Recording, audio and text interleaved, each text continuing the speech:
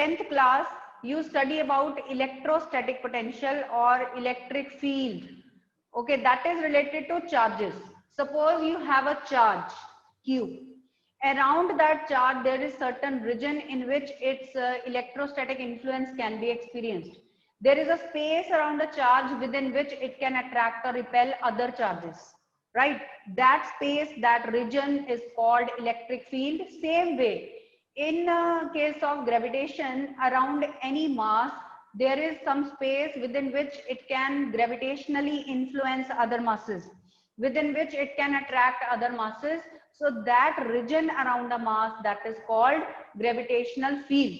So write this term. What is gravitational field?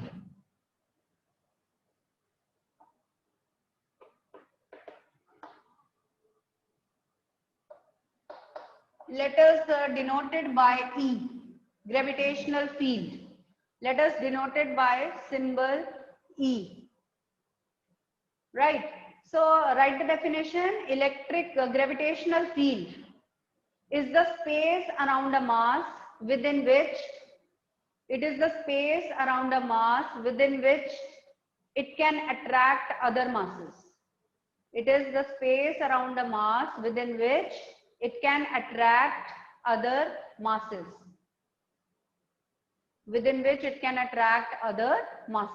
Right.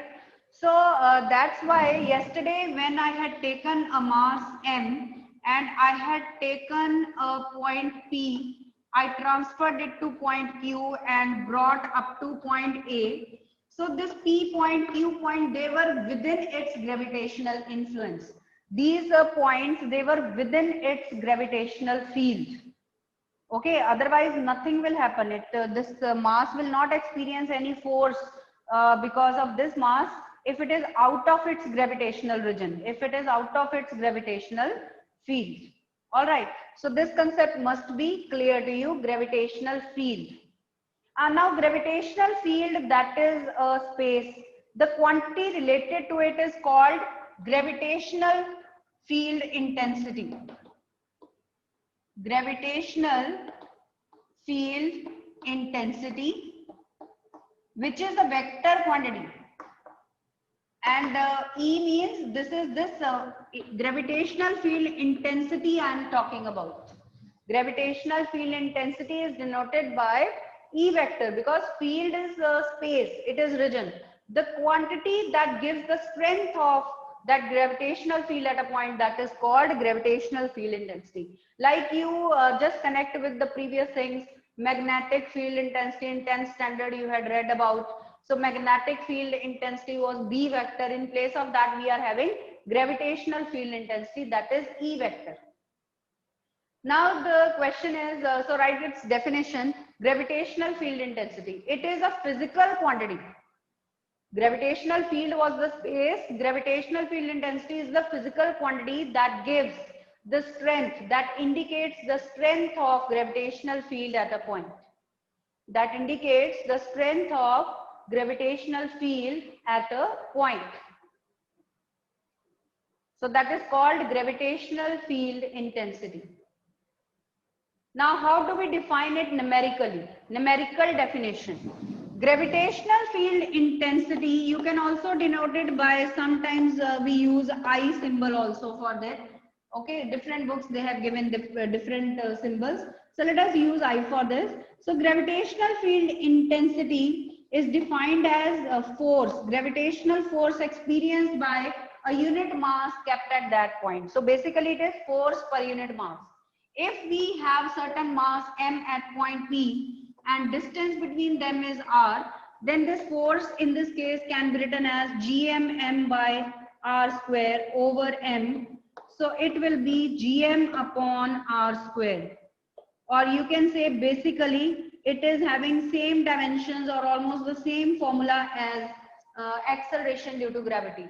So the unit of gravitational field intensity can also be written as meter per second square because it basically comes out to be G, acceleration due to gravity. Or also you can say it is Newton per kilogram. According to this formula, the unit of gravitational field intensity can be written as Newton per kilogram.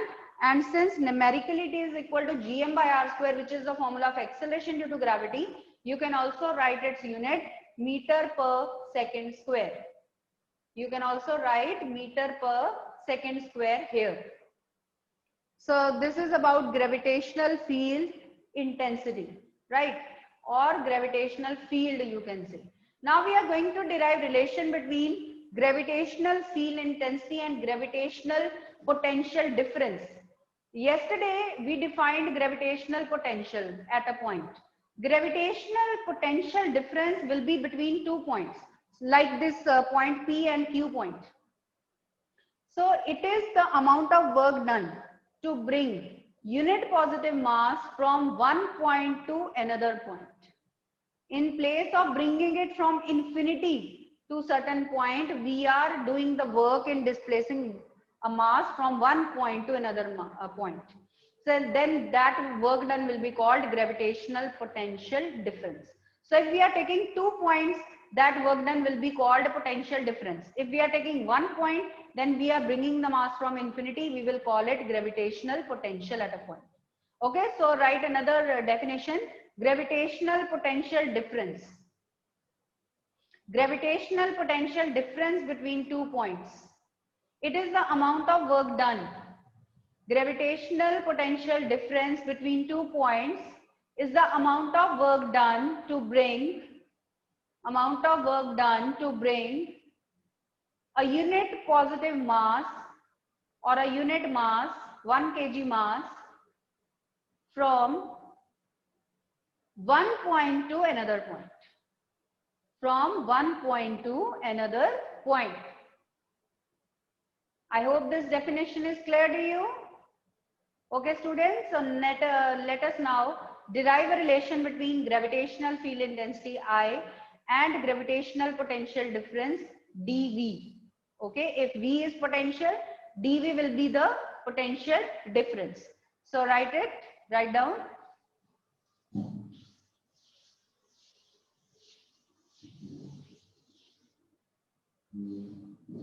Relation between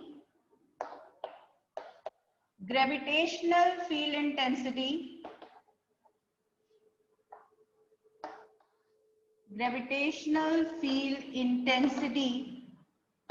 I and gravitational potential difference.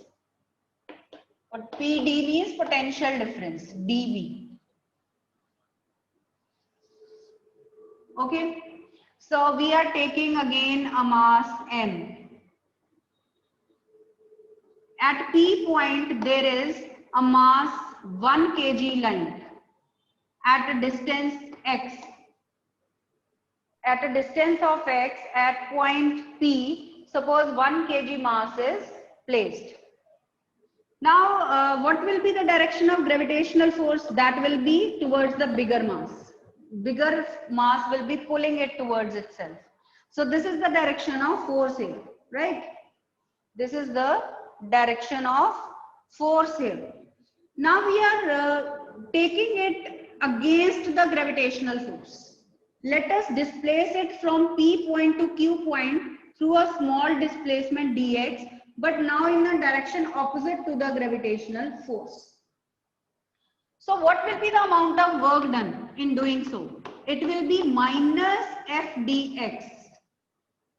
X or whatever you want to use, you can use. dr, dx, that is one and the same thing. So dw will be minus f dx. What is the reason for negative sign? That is clear to you, or you can write f dx cos 180 degree also. Because direction of force is this way, direction of displacement is that way. Okay. So how can we write force between m kg mass and 1 kg mass? Let us write that also. Gm, another mass is 1 over x square. So in this case, force is gm over x square or gm over r square. So you can call it gravitational field intensity I also. In this case, particular case, force is equal to gravitational field intensity, because gravitational field intensity is also force per unit mass. since here unit mass we are already taking, so in this case this force is equal to gravitational field intensity only. So let us put F is equal to I in equation number 1. We get dW is minus I dx. And one more point to note down. In this case, we are doing work in taking 1 kg mass from one point to another point. So this work done is called potential difference. This work done is nothing but potential difference between these 2 points P and Q. So better we write dV in place of dW. Okay, here we are doing work in taking 1 kg mass from one point to another point. This amount of work done, I just told you the definition is called potential difference. So we write dV is minus I dx. So gravitational field intensity is minus dV upon dx. This is the relation between gravitational field intensity and gravitational potential difference. Or you can say in words how we can state this relation. Gravitational field intensity is negative of gravitational potential gradient. Okay, potential over distance, that becomes gradient. So in words how we can write this relationship? We can write this relation as gravitational intensity, gravitational field intensity or gravitational intensity is negative of gravitational potential gradient. Negative of potential gradient. So this is in real sense the relation between the two. This is the relationship. Okay, have a look at the derivation. Is this logic clear? Is this logic clear to students, to you students? Any doubt you can ask? You can raise your hand in case you are having any doubt.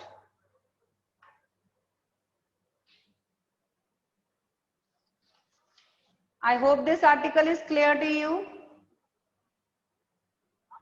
Okay, let's write one numerical now. Let's do one numerical on the basis of gravitational force, Newton's law of gravitation. And students, I also wanted to discuss what is the importance of Newton's law of gravitation. You have also discussed why we are studying gravitation. What is the importance of gravitation in our life? That is very, very important because it is the gravitational force that binds us to the earth. Okay, it is the gravitational force because of which moon is bound to the earth and it is revolving around earth. It is the gravitational force only because of which planets are revolving around the sun. And it is the gravitational force because of which tides are produced in the oceans because of gravitational attraction of moon. So gravitational, this gravitation concept is very, very important. You can well imagine what will happen if gravity suddenly disappears from the planet. What will happen, right? It's a debatable issue, and so many points you can jot down on this topic. What will happen if gravity suddenly disappears from the surface of earth? What will happen? So many things may be discussed. Write down one numerical problem now, students. A 10 kg mass is to be divided.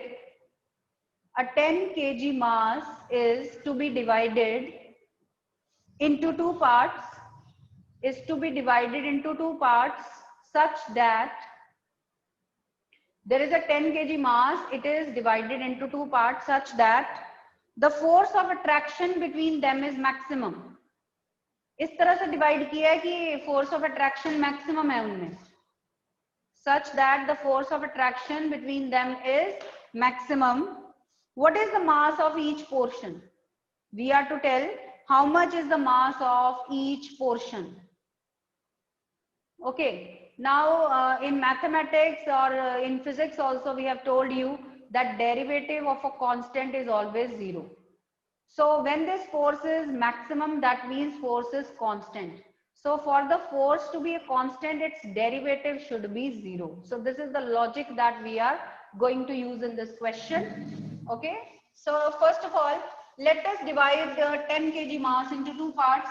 Let us say one part is M then another part must be 10 minus m kg. Okay, let one mass be m, then other part will be 10 minus m kg. Okay, so how can we write force between them? Force is G m over r square. Suppose there is certain distance r between them, right? So according to the question, for force to be maximum or constant, its derivative with respect to variable. What is variable in this case? Mass is varying here. We don't know what is mass m. So derivative of force with respect to mass should be 0. Here we have taken distance to be constant. So it cannot be df by dr, it will be df by dm, right? So put df by dm equal to 0, differentiate and equate it to 0, you will get the answer. So how to equate it? G and r will be treated constants. So just you differentiate the terms involving m. So ignore g and r square. That means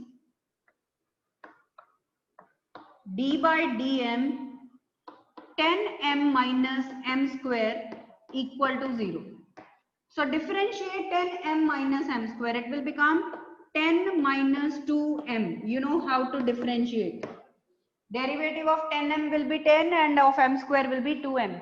So from here we get mass is equal to 5 kilogram. So if mass is 5 kg, another mass is also 5 kg, that means for force to be maximum between two masses, they have to be divided into two equal parts. Okay, so for force to be maximum, they must be divided into two equal parts. Yesterday we completed the factors that affect acceleration due to gravity. So write down one numerical based on that now. Write down acceleration, one numerical based on variation in g. I hope this question is clear to you. Any doubts you can tell me? All right. So write down the change in value of small g. The change in value of small g at a height h above the earth. The change in value of small g at a height h above the earth is same as at a depth d below. Is same as at a depth d below. मतलब जितना g किसी height h पे है उतना ही g d depth पे भी है. They are giving it to be same. H is equal to d, that means. ठीक है? If h and d are small, means they are not equal, acceleration due to gravity is equal there. If h and d are small as compared to radius of earth, what do they mean by saying this? That means we have to use binomial theorem. We have to use those expressions where we use binomial theorem. Means mainly of height I am talking about. So if h and d are small as compared to radius of earth, what is the ratio h by d? So we are to find this ratio h by d. H by d is to be found. So first of all, write g at a height h when h is small. So 1 minus 2h by r into g. And what is the g at a depth d? 1 minus d by r into g. And according to the question, they are saying gh is equal to gd. Equate the two and find the relation. You will tell me the answer. So find h by d from here. I want to hear from you. Cancel out g from both sides and tell me what will be the answer. Yes. Raise hand if you have solved.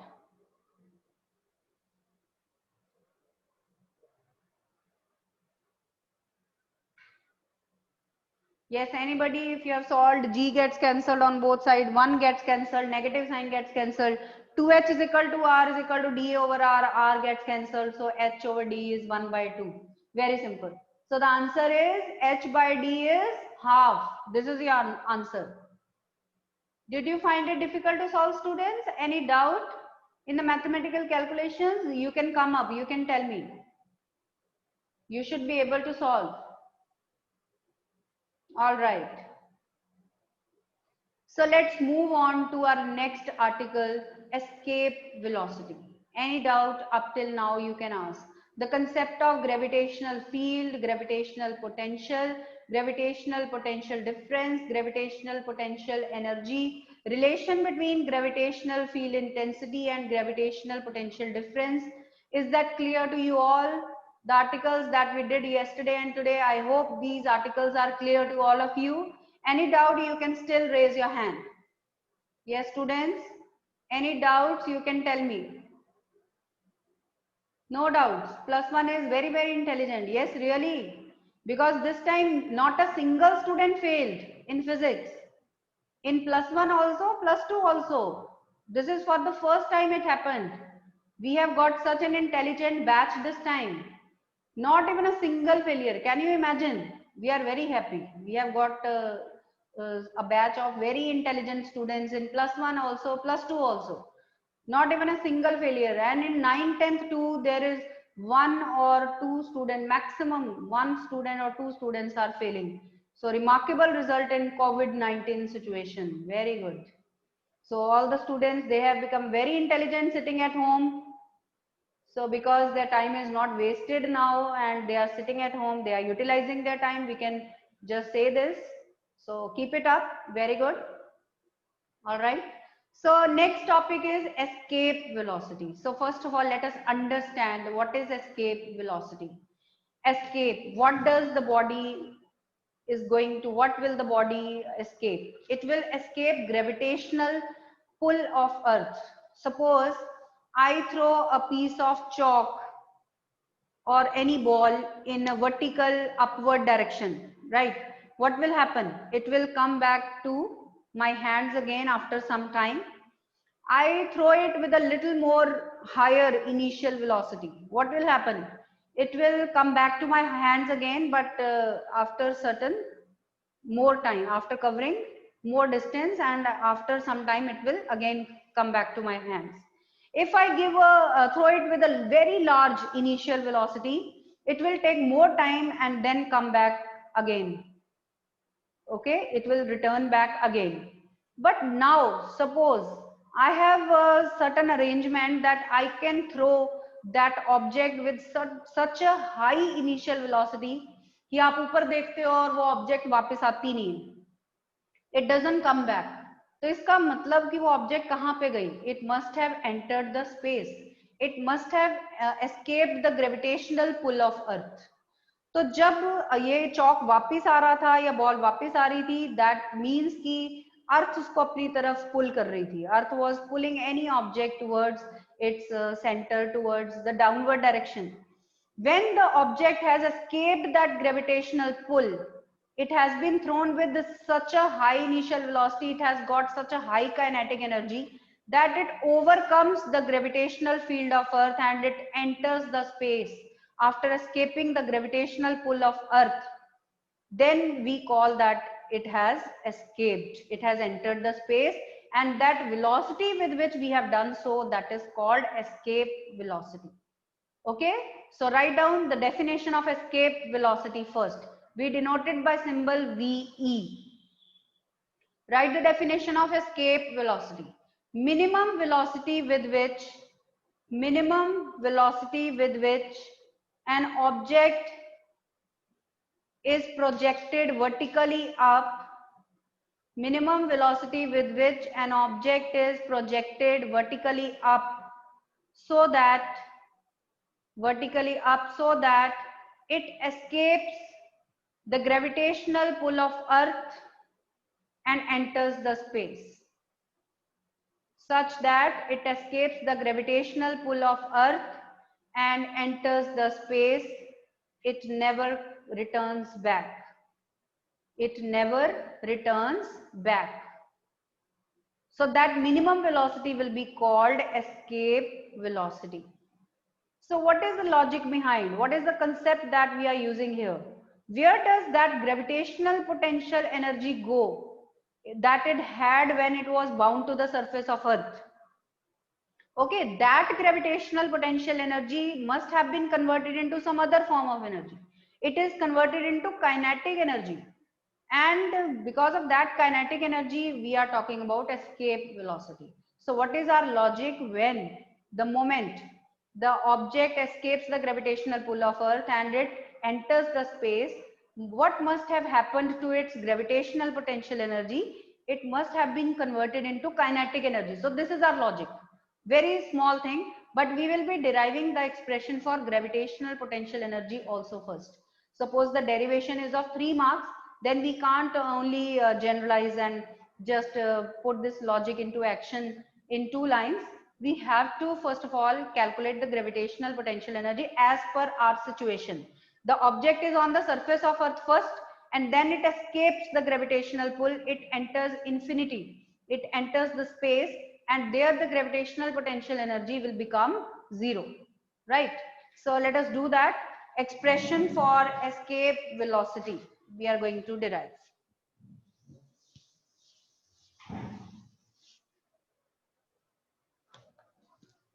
Escape velocity. Okay, so what is the situation? Earth. Okay, we are having Earth, and its radius is R, center is O. Object is lying on the surface at point A first.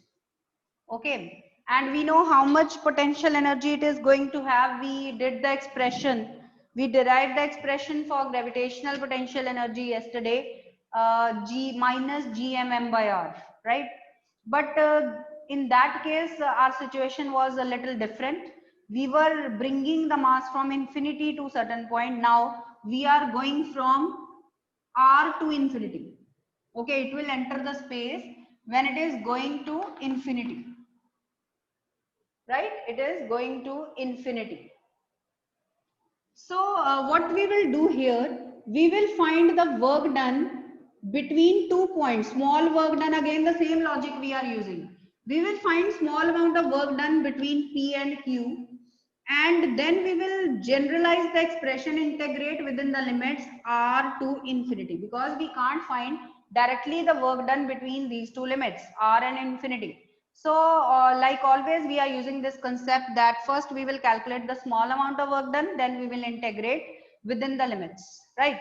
Because we are going to calculate gravitational potential energy, and whenever we calculate energy, we have to calculate work first, right? So same thing we are going to do, but the limits will be from R to infinity, not from infinity to R. This is the only difference here, right? So let us say when a mass m is here, it is at a distance x from center of Earth. So how can we write force between them? Mass of Earth is capital M, so it is GMM by x square. Now we want to take it away from P to Q point through a displacement dx. Small amount of work done will be force into displacement, F into dx. And what was the direction of force? It was downwards. And what is the direction of displacement? That is upwards. So we will have to put a negative sign here. And में तो हमें ignore करना ही पड़ेगा क्योंकि kinetic energy negative नहीं होती है, but for the timing let us take negative sign here. So put the value of force GMM by x square into dx. Integrate to get the total work in the form of gravitational potential energy. So same steps you have to follow, just the limits are different. R to infinity in this case. The limits are from R to infinity in this case. See if any step is not clear to you. Limits are clear in R to infinity. Limits are from R to infinity. Why minus sign? Because we are going opposite to the gravitational pull of Earth. Earth is pulling us downwards and the object is moving upwards. So negative sign must be there. You know, the type of work can be negative also. Okay, so let us integrate it.